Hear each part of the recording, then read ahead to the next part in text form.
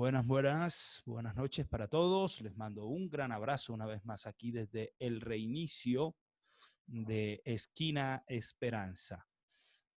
Hoy vamos ya a entrar en nuestra octava sesión y miren lo curioso, ya llevamos 2 meses estudiando miércoles tras miércoles cómo reiniciarnos en todas las áreas. Y los 2 miércoles que vienen o las 2 sesiones que vienen, 8 y 9, estaremos hablando de uno de los temas más álgidos para cada ser humano en su proceso de reinicio. Pues ya hemos visto cuando Pablo mencionó el espíritu, el alma y el cuerpo en la vida del ser, en primera carta a los Tesalonicenses capítulo 5, cuando él menciona y nos da claridad acerca del espíritu, alma y cuerpo, eh, nos damos cuenta que en cada área hay que poner al Señor, hay que poner al Señor en su trono, digamos, en nuestro espíritu, en nuestra alma y en nuestro cuerpo, que el Señor sea siempre quien ocupa el trono, porque el dejar alguna área de nuestra vida sin el Señor como el Rey podría generar desequilibrios, o sea, como que vamos bien en una parte de nuestra vida, pero en la otra estamos cojeando. Y la gracia es que todo vaya parejito. La gracia es que en todo crezcamos. Y hoy vamos a hablar de un área en la que normalmente la gente eh, ni siquiera se atreve a poner al Señor en el trono, y es la parte del dinero. En estas 2 sesiones, hoy la número 8, hablaremos de la mayordomía, pero en la sesión número 9 estaremos hablando de nuestra vida con relación al dinero también. Hoy hablaremos del dinero en la obra de Dios y luego hablaremos el dinero dentro de la vida de nosotros como parte esencial. ¿Por qué la estudiamos de esa manera? Porque durante tantos años, yo diría el primer milenio antes de Cristo, el, el, la Biblia nos muestra, y voy a centrarme en Salomón, nos muestra a un Salomón que edificó primero el templo del Señor para luego edificar su propia casa. En pocas palabras, todo lo que está escrito en la ley, en la Torá y todos los pasajes donde se relaciona la obra de Dios, siempre deja primero la perspectiva de primero la casa del Señor, luego edifico mi casa. Y algunos de ustedes me habían preguntado, y yo les decía, sí, habrá un momento en el que hablaremos acerca del dinero en la obra de Dios. Entonces, por favor, no se pierda estas 2 sesiones que son tan importantes, porque vamos a entender muchas cosas y vamos a poner el dinero en el lugar correcto en nuestras vidas. ¿Vale? También quitaremos mitos sobre si qué parte en la fe es abuso, qué otra parte es derecho, qué otra parte es responsabilidad. Bien, todo eso lo vamos a ver en estas 2 sesiones. Y le llamamos así mayordomos, lo que debemos saber sobre el dinero. Mayordomos. Vamos a ver por qué se menciona de esa forma.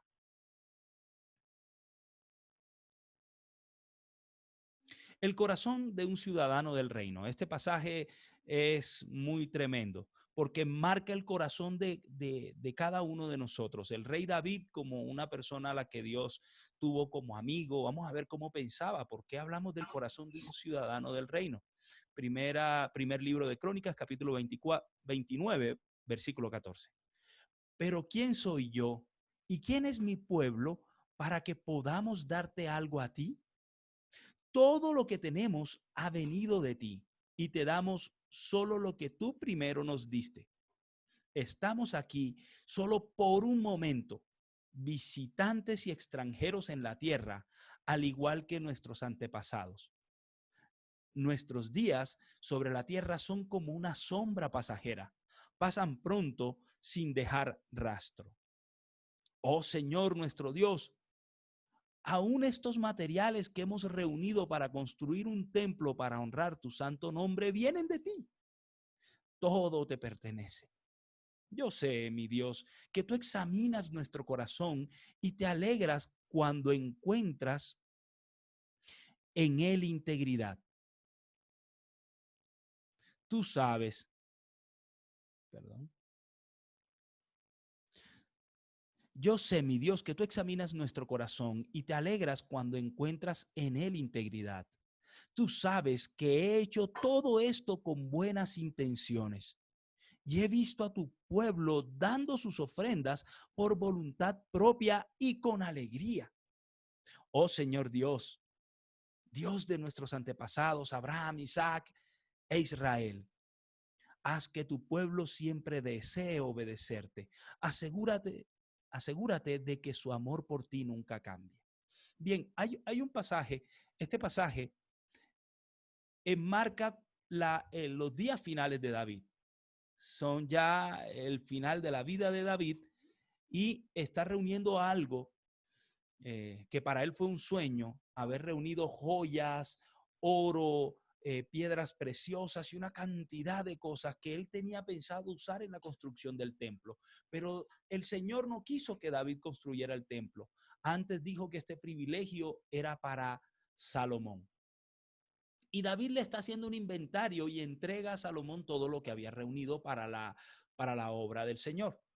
Y es donde él da este discurso, este maravilloso discurso donde él le dice algo tan tremendo y es: todo lo que te hemos dado proviene de ti. No te vamos a dar algo que tú no nos hayas dado primero. Y aquí le encontramos razón a la palabra mayordomía, porque lo que está diciendo David es que en realidad no es nuestro, sino que ha sido recibido. Que si no fuera por Dios, ninguno de nosotros recibiría lo que tiene. Si no fuera por Dios, ninguno de nosotros pudiera estar haciendo lo que hace ni tendría las capacidades que tiene. Y esto es algo que debe estar en nuestro corazón. Porque fíjense que aquí en el versículo 17 dice que a él, que el Señor haya integridad y le gusta esto. La integridad es poder ser transparente en nuestro corazón. Y aquí tendríamos que revisarnos al principio si ya el tema nos previene, porque tal vez este tema del dinero, el Señor lo toca siempre como una advertencia. El Señor mantiene constantemente este tema afinado en nuestra vida porque suele ser el dinero el Señor que compite con él en el corazón del ser humano. Jesús dijo: nadie puede servir a dos señores, ni al dinero ni a Dios. Entonces, Él nos mantiene afinaditos. Y una de las primeras cosas que debemos entender es que somos mayordomos de algo. No somos dueños de nada. Aquí David también expone la fragilidad y lo que dice es: ¿qué tal yo me deja entender eso, ¿no? ¿Qué tal yo aquí creyéndome dueño de todo cuando en realidad el dueño es el Señor? Y mi vida es tan corta que podría haber trabajado por tantas cosas y no quedarme con absolutamente nada. Por eso es la razón del mayordomo. El Señor quiere que con respecto al dinero tengamos el corazón sano. Sano porque hay gente que emprende cruzadas económicas que nunca paran. Y la invitación hoy es a que pensemos: ¿cuándo es suficiente? Si están tomando apuntes, escriban en cuál es la cifra en millones o cuál es la cifra en miles de dólares en la que usted diría: aquí paro y me ocupo 100% de mi familia, de disfrutar de mi familia y hago. ¿En qué cifra usted pararía? Y se va a sorprender porque lo primero que pensamos todos es: yo no voy a parar. O sea, no voy a parar de trabajar porque estoy relacionado mi plenitud está relacionada con la productividad, con sentirme útil. Pero por favor piense bien eso. Si en realidad es por ser útil o es por tener más dinero. Decía el niño que estaba empezando a hacer ahorros y tenía su botellita y todos los días metía moneditas. Todos los días metía moneditas. Y el niño le preguntaba a su papá: papi, ¿cuánto cuesta una hora de tu trabajo? Y el papá le decía, ¿y para qué quieres saber? Y no, papi, yo quiero saberlo. Y el papá le decía, pues no te interesa saber eso. Y todos los días llegaba el papá y el niño le preguntaba, papi, ¿cuánto cuesta una hora de tu tiempo? Y esta pregunta se la repitió durante meses, meses, meses, y el niño iba llenando el marranito hasta que un día el papá se le salió la rabia y le dijo, ¿sabes qué, hijo? Cuesta 200,000 pesos. Cuando de repente sonó el marranito y el niño empezó a contar monedas y le dijo, papá, me hacen falta 5,000 pesos para poder comprar una hora contigo. Para tener una hora para que juguemos, tener una hora para que la pasemos tú y yo sin celulares y sin nada. Y esto conmovió mucho a este hombre. Esta historia la conozco por Jorge Solís y, y la verdad me enseñó de verdad hasta cuándo puedo parar, hasta cuándo las cosas importantes podrían pasar a un lado para darle espacio a las cosas esenciales de nuestra vida. Mateo capítulo 6, versículo 24 nos dice, nadie puede servir a dos señores, pues menospreciará a uno y amará al otro, o querrá mucho a uno y despreciará al otro. No se puede servir a la vez a Dios y a las riquezas. Ageo capítulo 1, versículo 5 dice, esto es lo que dice el Señor de los ejércitos celestiales. Miren lo que les está pasando. Han sembrado mucho, pero cosechado poco. Comen, pero no quedan satisfechos. Beben, pero aún tienen sed. Se abrigan, pero todavía tienen frío. Sus salarios desaparecen como si los echaran en bolsillos llenos de agujeros. Y todos los pasajes que voy a usar están relacionados 100% con el dinero, el hombre y Dios. ¿Vale? Para que cuando ustedes vayan a estudiar estos pasajes puedan leer el capítulo entero, el contexto. He buscado todos los versículos más objetivos y he dejado a un lado los que podrían usarse, pero tendrían más significados. Entonces, para que no sea confuso para nadie. Fíjense aquí lo que está diciendo Ageo y muestra lo que nos ocurre hoy a la humanidad. No paramos nunca y seguimos ganando y queremos más y buscamos más. Y compramos una camisa, pero al salir de donde compramos la camisa, cruzamos al frente de otro almacén y ya pensamos, esta camisa es más bonita. O sea, no disfrutamos de algo. La segunda carta a los Corintios, capítulo 9, versículo 6, dice, recuerden lo siguiente, un agricultor que siembra solo unas cuantas semillas obtendrá una cosecha pequeña, pero el que siembra abundantemente obtendrá una cosecha abundante. Y está hablando del dinero, de dar dinero. Está hablando ahí de qué límite tenemos con la generosidad. Porque si somos de los que a la hora de dar sacamos cálculos, y no cálculos de administradores, sino cálculos de ego y de orgullo.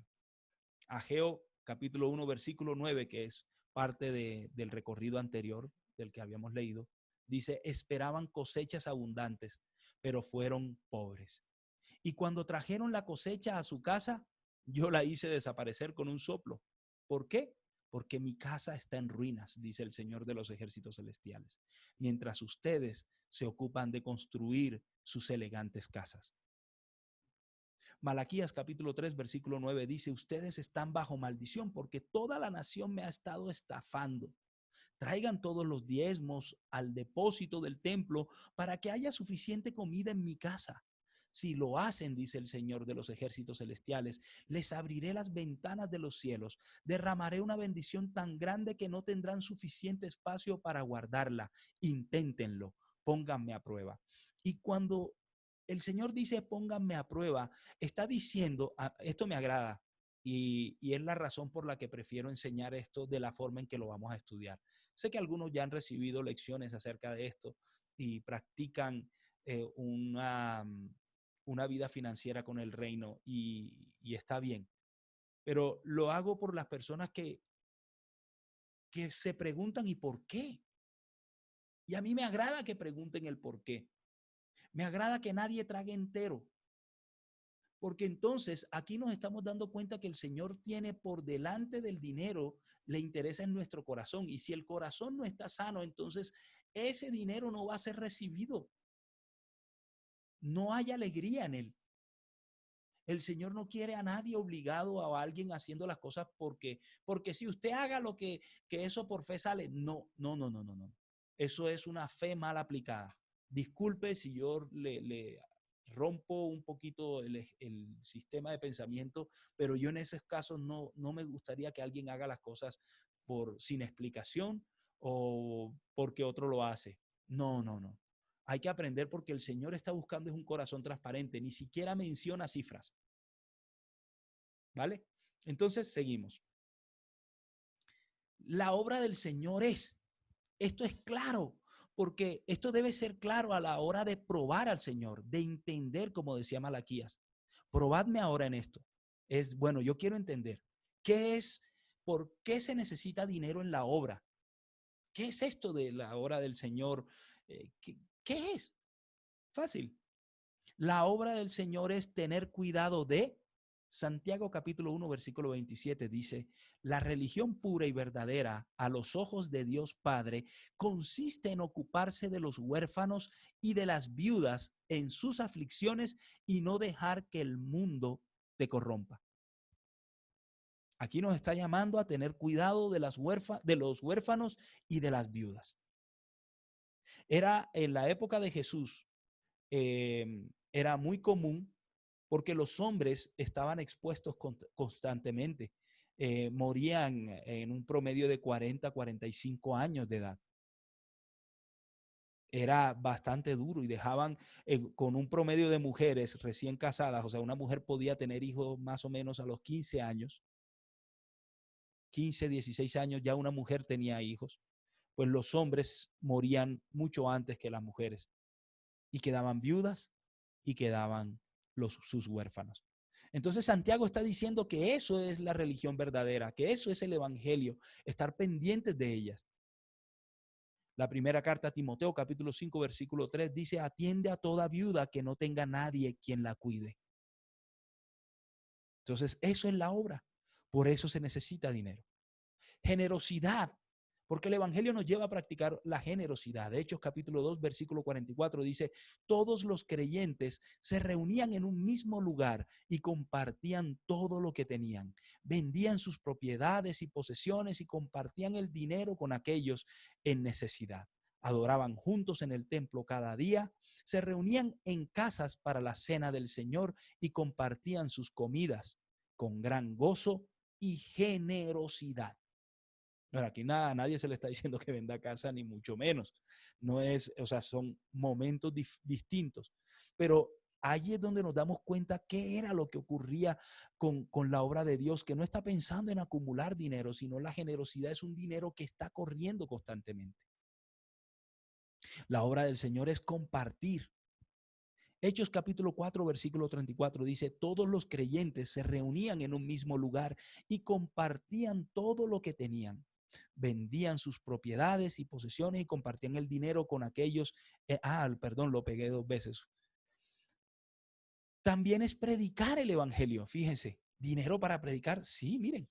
Hechos capítulo 6, versículo 2 dice, de manera que los 12 convocaron a todos los creyentes a una reunión. Dijeron, nosotros los apóstoles deberíamos ocupar nuestro tiempo en enseñar la palabra de Dios y no en dirigir la distribución de alimentos. Y aquí nos muestra que los apóstoles ya estaban hablando de que la obra del Señor era tan grande que necesitaban gente para servir las mesas, servir los alimentos o distribuir los alimentos, pero alguien debía dedicarse a predicar el evangelio, porque el evangelio no es una ONG y en eso hay que ser claro. Lo primero que deberíamos hacer en el evangelio, con el evangelio, y cada vez que usted haga algo, sea por misionero, por lo que sea, es predicar el evangelio, es lo primero. Al punto que ellos lo que decían es necesitamos funcionar bien y funcionar es predicar el evangelio, porque de nada nos sirve también, o sea, no era solo dar la comida y todo que es necesario, sino que tenían que recibir la palabra. La primera carta a Timoteo, capítulo 5, versículo 17, dice, los ancianos que cumplen bien su función deberían ser respetados y bien remunerados, en particular los que trabajan con esmero tanto en la predicación como en la enseñanza. O sea que la obra también debe tener gente que esté predicando constantemente, que esté preparando enseñanzas. Y yo quiero decirles a nivel personal y los que están aquí con personas como Gabriel, Ferchito, saben lo complejo que es preparar una enseñanza. Nosotros estamos constantemente en la esquina recibiendo palabra fresca domingos, miércoles, jueves, sábados y domingos nuevamente el ciclo, preparando. Es de verdad de una capacidad, o sea, lo que hay que usar es capacidad, conocimiento, destreza, también mantener un corazón transparente. O sea, los que predicamos el evangelio, ahí dice una remuneración porque es literalmente un trabajo. Hoy leía un artículo también en el que decían, bueno, las ventajas de ser, por qué los predicadores del evangelio están convirtiéndose en coach. Porque dicen que pueden preparar una enseñanza, no una enseñanza, una conferencia, y a una sola conferencia sacarle mucho dinero, porque pueden cobrar en otros lados. Y lo único que hace falta es quitarle el nombre de los nombres de la Biblia, quitarle los libros, los versículos, y lo das, y ya es una charla de motivación. Y puedes cobrar por eso. Los que predicamos el evangelio no podríamos poner una tarifa, por lo menos no soy yo el que pone una tarifa por predicación. O sea, es otro corazón. No digo que esté mal para los que lo hacen, no, no está mal, lo respeto, pero en este momento de nuestra vida yo creo que es la necesidad de la gente.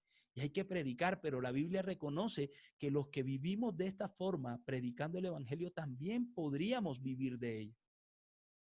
Entonces, es increíble cómo ese artículo contraponía la vida del coach y la vida del predicador, diciendo al predicador no lo valoran de esa forma. Tiene que predicar diferente porque si predica lo mismo toda la semana van a decir es un mal predicador, pero el coach al contrario puede dar la misma conferencia y lo llevan a dar la misma conferencia a lugares distintos. Entonces, aquí también la obra se necesita dinero para sostener la predicación. Y la primera manera de las tres que vamos a ver, en las que yo resumía la parte de cómo funciona la obra, es la ofrenda. La ofrenda es algo voluntario y espontáneo. Disculpen que no voy a alcanzar a tocar tantos pasajes, pero extracté voluntaria y espontánea. Voluntaria es que nace de nosotros, como lo que hablaba David allá. Hombre, yo reconozco que todo viene de ti, Señor.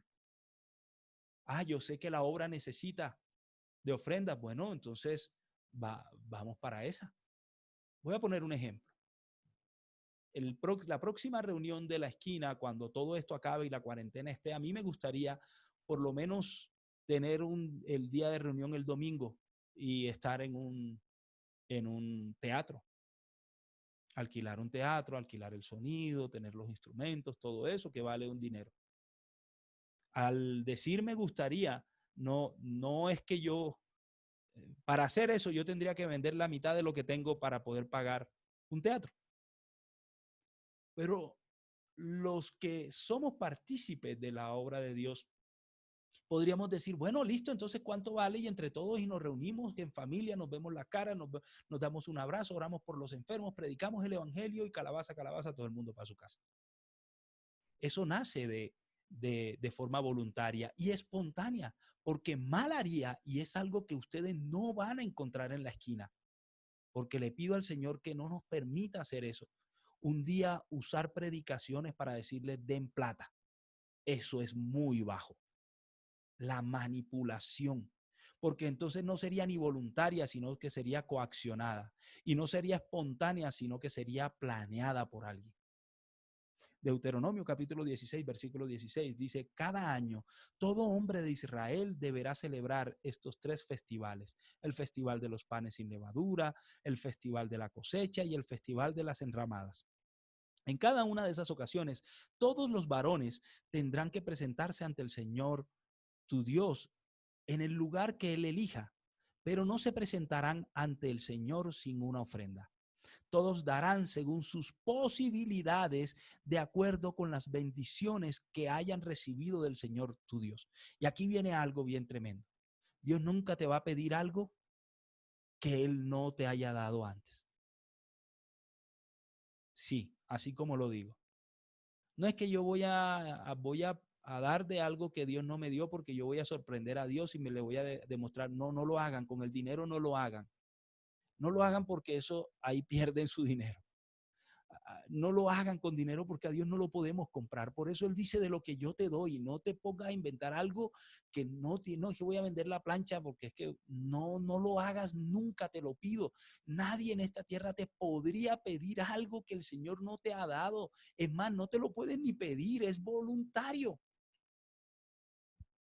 Deben hacer, porque si tenemos una comunión con el Espíritu Santo, el Señor te dirá cuándo, cómo. Y no se puede medir. Santiago nos dice que iba a llegar el momento en que íbamos a quitar a los pobres de su silla para darle esa silla a los ricos. Eso nos mostraba que ya había un evangelio metalizado. No puede ser un evangelio metalizado, todo lo contrario. Tenemos que buscar es que se siente otro y no yo, y no por dinero.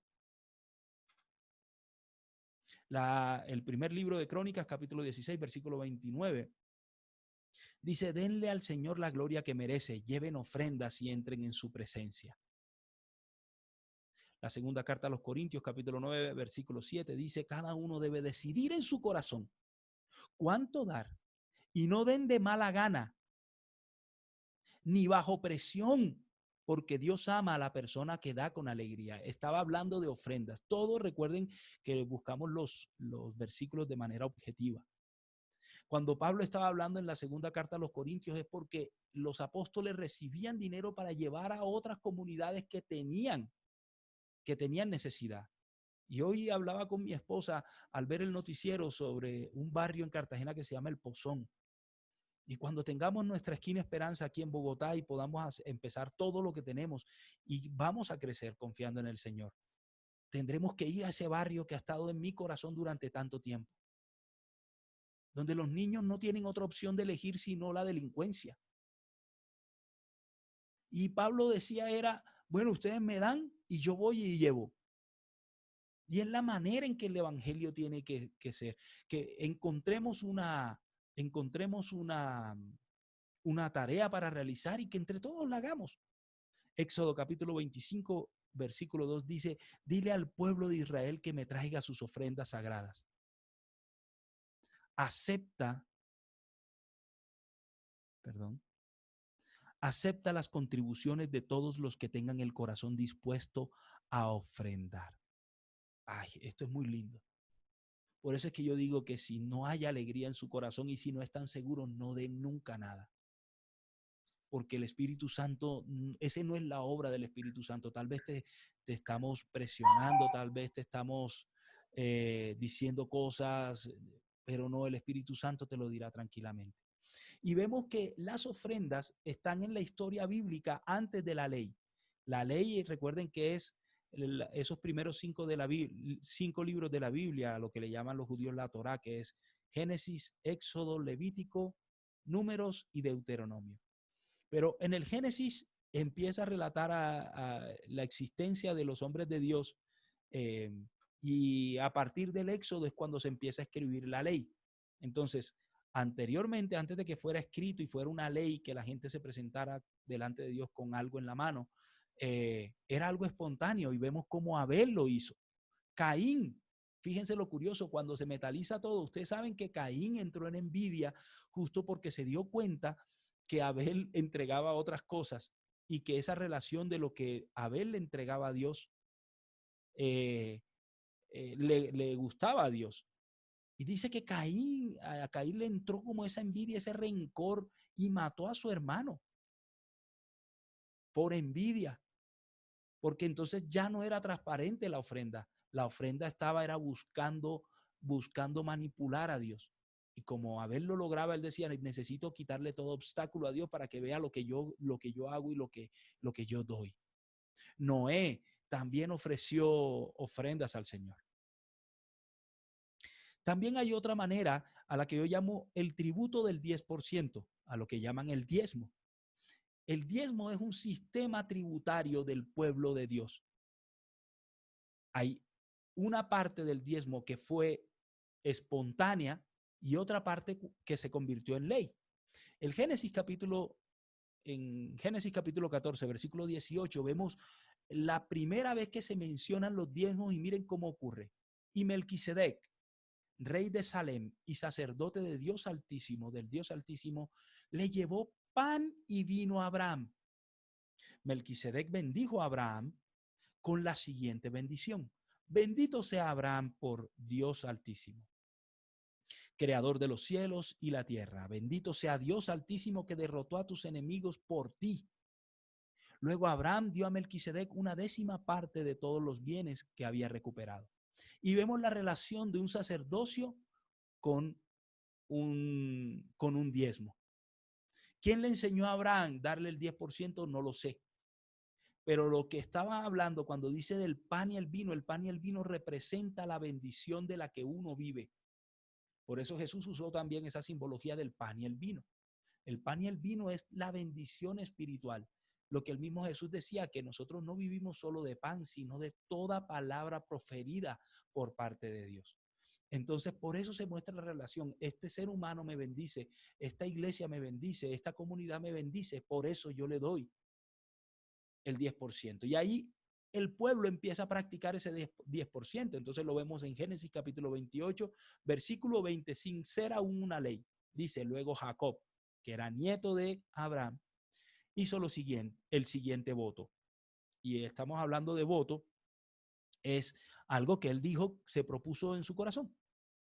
Si Dios en verdad está conmigo y me protege en este viaje, y si Él me provee de comida y de ropa, si yo regreso sano y salvo a la casa de mi padre, entonces el Señor ciertamente será mi Dios. Y esta piedra que levanté como columna conmemorativa será un lugar de adoración a Dios. Y yo le daré a Dios una 10ª parte de todo lo que Él me dé. Cuando está hablando de una piedra que Él pone, los hebreos, en el hebreo es tel. Tel es una columna conmemorativa o piedras que se usaban como altar y ahí para que la gente supiera que ahí iba a pasar algo. Por eso a la capital de Israel le llaman Tel Aviv o el Tel, el monumento de Aviv. Entonces Jacob dice que ese día él hizo ese voto y puso una piedra para que no solo él, porque las piedras no se ponían solo para uno, para que todo el mundo cuando cruzara preguntara qué pasó aquí y ahí se dijera en ese tel significa que Jacob había hecho un voto con Dios y en ese voto incluía el diezmo. Pero ahora miremoslo como ley. Levítico capítulo 27, versículo 30, dice: la 10ª parte de los productos de la tierra, ya sea grano de los campos o fruto de los árboles, le pertenece al Señor y debe ser apartada, es santa para el Señor. Números capítulo 18, versículo 31 dice: en cuanto a la tribu de Leví, tus parientes, los recompensaré por su servicio en el tabernáculo en lugar de una asignación de tierra. Les daré los diezmos de toda la tierra de Israel. Entonces, cuando el Señor había pedido los diezmos, era porque también había establecido un sacerdocio. Y al sacerdocio le dijo que esto es tremendo porque esta parte es la que los ministros no practicamos y estamos exigidos. Cuando dice que no nos dio la heredad, es que nosotros los ministros tenemos que saber que lo que el pueblo da es de lo que tenemos que vivir. Pero no tenemos que estar persiguiendo riquezas, casas y tener o sea, no es el corazón de un ministro porque le fue dicho que no buscara la heredad. Al contrario, Dios le dijo: yo me encargaré de la provisión de los ministros, pero si son ministros tienen que ocuparse de ministrar. Entonces ya ven por qué razón este sistema de tributo, que es algo así como lo que tiene la DIAN, es un sistema bastante fuerte porque de ellos sostenían a una tribu entera que era la encargada de estar lista para que la gente se mantuviera conectada con Dios, estuviera relacionada con Dios y dice en el Éxodo que era para que los holocaustos nunca pararan. En pocas palabras era que si alguien necesitaba de Dios, siempre hubiese otra persona dispuesta a conectarlo con él. Pero veamos que el diezmo también pasó al Nuevo Testamento. Dice Hebreos capítulo 7, versículo 1 al 21, y habla de toda la historia de Melquisedec y ponen a Jesús como el nuevo Melquisedec. Pero este pasaje en Hebreos capítulo 7, versículos 1 al 21, al final lo redondean como Jesucristo como un sacerdote, nuestro sumo sacerdote. Y dice en el orden de Melquisedec, porque Melquisedec no era levita. Y Jesús no era levita tampoco. Jesús era descendiente de la tribu de Judá, era descendiente de David. Y lo que él está diciendo es que ahora nosotros, los ministros, no estamos contados porque seamos de la tribu de Leví, sino que estamos contados, uno, porque provenimos del ministerio de Cristo, y ese ministerio no necesita ser levita o no, y tiene los derechos del sacerdocio. Entre eso está incluyendo los derechos de heredad. Mateo capítulo 23, versículo 23, el Señor en el Nuevo Testamento, estamos hablando de Jesús, que dice que qué aflicción les espera, maestros de la ley religiosa y fariseos, hipócritas, pues se cuidan de dar el diezmo sobre el más mínimo ingreso de sus jardines de hierbas, pero pasan por alto los aspectos más importantes de la ley, la justicia, la misericordia y la fe. Es cierto que deben diezmar, pero sin descuidar las cosas más importantes. Entonces, fíjense algo, que aquí también nos muestra el diezmo, pero el diezmo que aunque es importante, en realidad no es lo más valioso, porque tampoco el diezmo debe ser visto como un asunto de riqueza o no riqueza, y qué pastor es más poderoso y qué pastor no es poderoso, qué iglesia es poderosa y qué iglesia no es poderosa. El diezmo era un sistema de tributo que se convirtió en ley justamente por la lucha que la gente tenía con el dinero. Pero Jesús viene diciendo, es que no es por dinero, es por justicia, misericordia y fe. Justicia, misericordia y fe. Y es porque el Señor planteaba en la ley de la Torá, planteaba un sistema tributario que fuera también solidario. Que lo que dijera es, tú tuviste esta oportunidad y la tuviste por mí, tú pudiste ir a la universidad, pero tu hermano tal vez no. Entonces, con parte de lo que yo te doy allá, tú me vas a ayudar para que tu hermano pequeño tenga las mismas oportunidades que tú tuviste. Entonces es un tributo, sí, es un tributo, es una ley. Ahora, por favor, espéreme para saber si esa ley llega a nuestros tiempos o no llega a nuestros tiempos. Sí, porque es del Antiguo Testamento, ok, vamos a ver. Pero estoy hablando de qué forma fue diseñada la obra de Dios, de qué se sostiene. Un sistema tributario con un sentido solidario. Entonces también vienen las primicias. Éxodo capítulo 23, versículo 14 al 19, y todos los pasajes que les dejo apuntados ahí tienen un solo objetivo, y es que exista siempre alimento en la casa de Dios. Pero el alimento en la casa de Dios no solo era para sostener a los sacerdotes, porque los sacerdotes eran los administradores de la obra. Eso eran los levitas. Y los levitas tenían unas categorías que eran sumo sacerdote, sacerdote y levitas. Todos pertenecían a la misma familia. Pero no era solo para eso, sino que era para que se alimentaran los levitas, y los levitas tenían por responsabilidad ayudar a los demás, proyectar la obra de forma solidaria para las viudas, para los huérfanos. Esa era la manera en que el Señor estaba buscando bendecir a las personas. Las primicias era los primeros frutos de las cosechas, los primeros frutos de tus animales, y aún las primicias habían empezado era por los seres humanos. Cuando el Señor dice, necesito a alguien que me sirva en el sacerdocio, dijo, voy a pedirle a cada mamá que entregue a su primer hijo para el servicio de mi obra. Y fue Moisés quien dijo, pues entonces, para que no sea así para todas las mamás, Señor, ¿por qué no agarras a la tribu de Leví? Porque Moisés era levita. Entonces él dijo, si ya estamos nosotros acá y estamos todos los levitas, pues tómanos a nosotros. Y dice la Biblia que a Dios le pareció bien.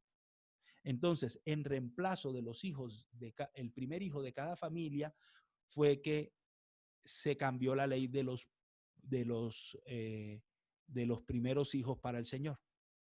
Para eso fueron los levitas. Entonces, las primicias también era una manera de honrarlo. Pero si nos damos cuenta y sumamos y echando lápiz, yo veía que una persona en la obra no daba el 10%.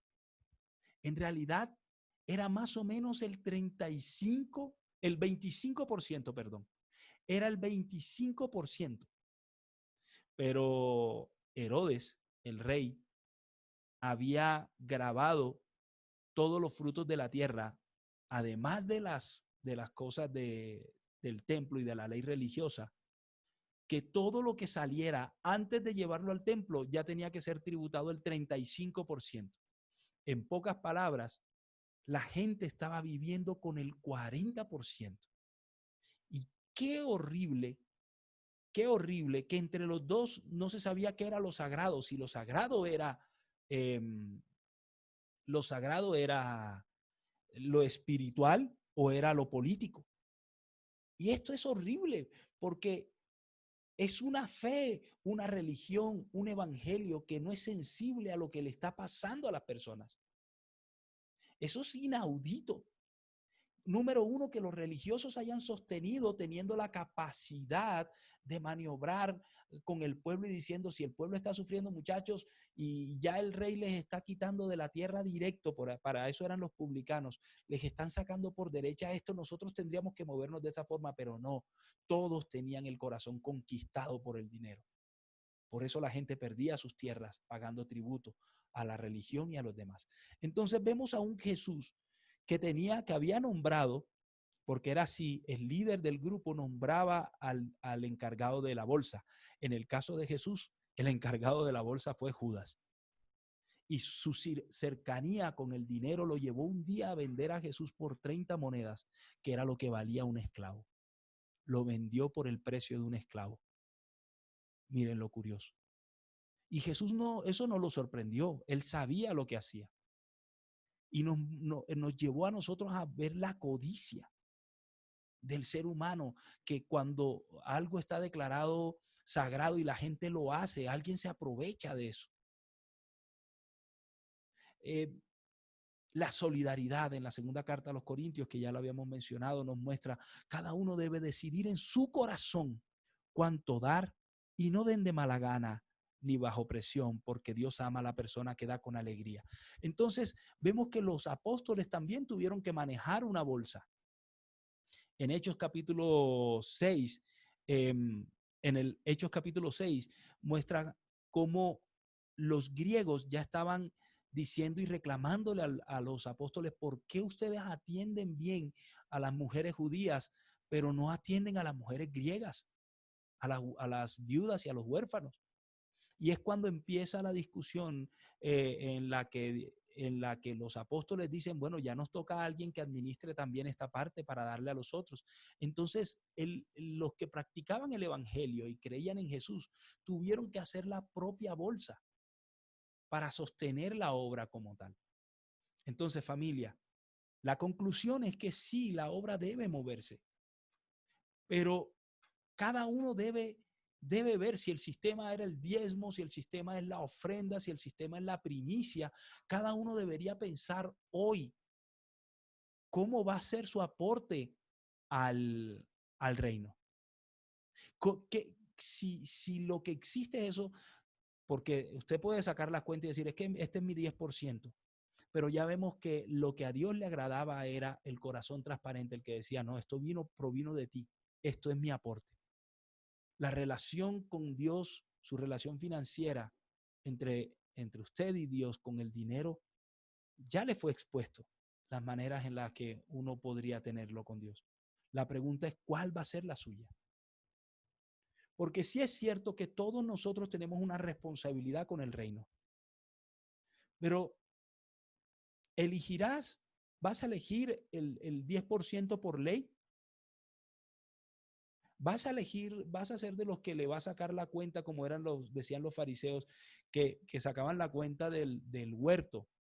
El huerto era que cada uno tenía en su casa sembrada la mostaza, la albahaca, lo que cada uno consumía a diario. No era el cultivo de la tierra de cultivo, sino la huerta familiar, le llamaban. Y ahí era donde se sembraban esas cositas, pero había gente a la que la albahaca le había pegado y le había ido tan bien que le vendían a los vecinos de a poquito. Y él le está diciendo es que esos fariseos, decía Jesús, esos fariseos eran tan específicos que por cada, voy a decirlo así, por cada moneda de 200, de 50, sacaban cuenta para bendecir al Señor, pero no practicaban la justicia, la misericordia ni la fe. Entonces Jesús no quiere un asunto donde la gente diga, yo te saco el 10% aquí, pero su corazón está lejos, está amando el dinero y cada vez que le llega, porque es muy fácil dar el diezmo de 1,000 pesos, es muy fácil dar el diezmo de 500 pesos, da el diezmo de 1,000,000, da el diezmo de 2,000,000, da el diezmo de cinco millones y creo que ya la piensas 2 veces. El Señor no quiere eso que está así reforzado. Si es diezmo, si es ofrenda, si es primicia, lo que el Señor busca es que sea espontáneo y voluntario. Y que no sea algo que tú creas que te ganaste solo. Dale al Señor aquello que sabes y reconoces, el Señor nos dio. El punto es que la responsabilidad de la obra es nuestra. Que eso es para sostener a una familia que está predicando el Evangelio, sí. Y si eso te duele también, por favor, no siembres. Porque hasta que no entiendan lo importante que es tener en la mesa siempre pan y vino, entonces no puede, o sea, es una gratitud fabricada. No, no, no, no, no. También se puede en especias, se puede como tú quieras.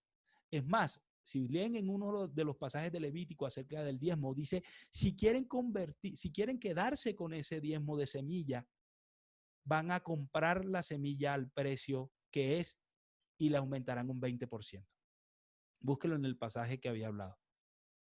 En Levítico capítulo 27, versículo 30, sigan leyendo y verán cómo había el sistema decía, entonces, si te quieres llevar el resto de la semilla, del resto del trigo o de lo que trajiste, pues entonces cómpralo, pero vas a comprarlo por peso y vas a subirle el 20% del precio comercial de la semilla. O sea, había un sistema, no, sería muy triste para nosotros. Entonces, el hecho de que el diezmo esté puesto como estatuto perpetuo, a Dios no le interesa el estatuto perpetuo que se hace de mala gana o que no reconoce con generosidad y gratitud lo que viene de Dios.